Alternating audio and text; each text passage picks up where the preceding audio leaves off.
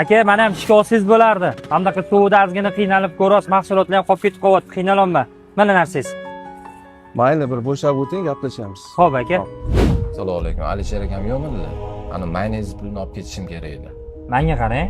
So'pni ko'tini yumasdan kelib ertalabdan mayonez pulini so'ramaysiz-ku. Sal kechroq kelinglar, aka, pulingizni qilib beraman.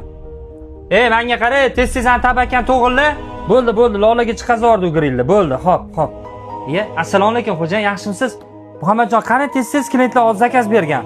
Siz ham bo'la qoling tez-tez. Assalomu alaykum, xo'jayin. Alaykum assalom. Yaxshimisiz? Yaxshilayapsizmi? Rahmat. Bo'ldi, yaxshi. Bo'ldi, zo'r ishlashyapti. Bizdan kashlaymiz. Aka, sizda gapim bor edi. Tinchlik nima gap?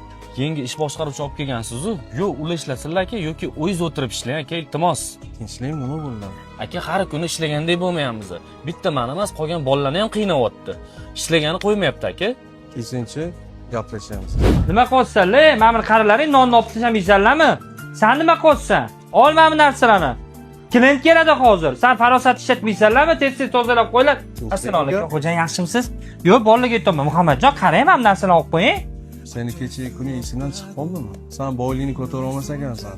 Musibatda eng yomoni manmanlikdir. Sen ukam dam olib turaver, o'zim chaqiraman.